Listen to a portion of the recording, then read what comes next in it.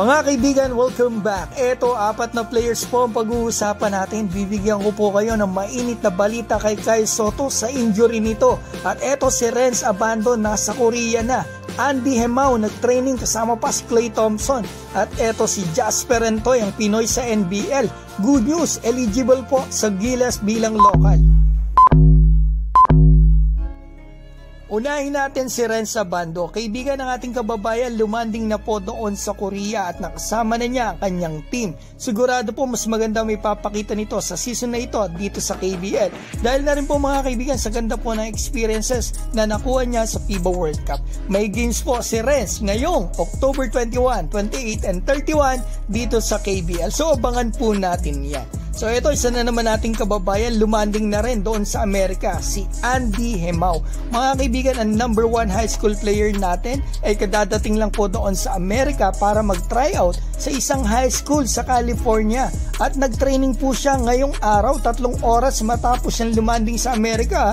Grabe, wala nang jet lag. Nag-training siya kasama si Klay Thompson ng Golden State Warriors. Nangyayari po ito mga kaibigan dahil po ang personal coach ni Klay Thompson na si Charlie Max Torres ang trainer din po dito ng ating kababayan na si Hemao. So mga kaibigan, maganda to. I'm sure talaga marami siyang matututunan dito kasi NBA trainer yan at NBA player yung nakakasama niya. So eto, pag-usapan naman po natin ang ating pambato na si Kai Sotto. May tune-up game sila ngayong araw, September 23.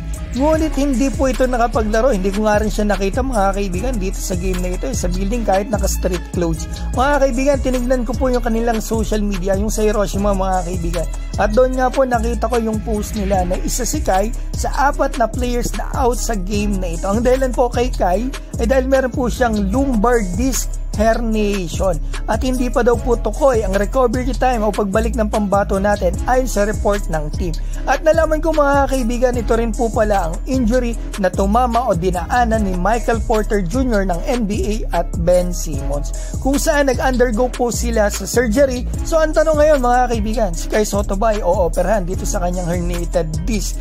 So ito mga kaibigan, ang sagot po ay hindi po. Ayon po yan sa ating mga sources, which is good news mga kaibigan, kasi kung o-operahan po ang pambato natin, most likely 3 to 4 months po yan, kagaya po ng kay Ben Simmons. So ngayon, ang treatment daw po na gagawin kay Kai o ginagawa ni Kai ay ito: rest, rehab at workout para daw po mapalakas ang core ng pambato natin. So pag-pray po natin na sana gumaling na po ang injury ni Kai para makita na nating muli ang laruan niya na parang doon sa NBL.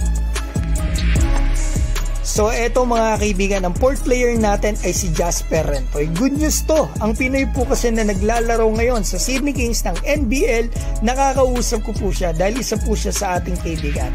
Natanong ko po siya kung may Philippine passport na siya kasi gusto kong malaman kung pwede ba ito sa Gilas Pilipinas o hindi bilang local mga kaibigan. Kasi maganda po ang size talaga nito, 6'2" at mahusay, kaya nga nandito sa NBL mga kaibigan.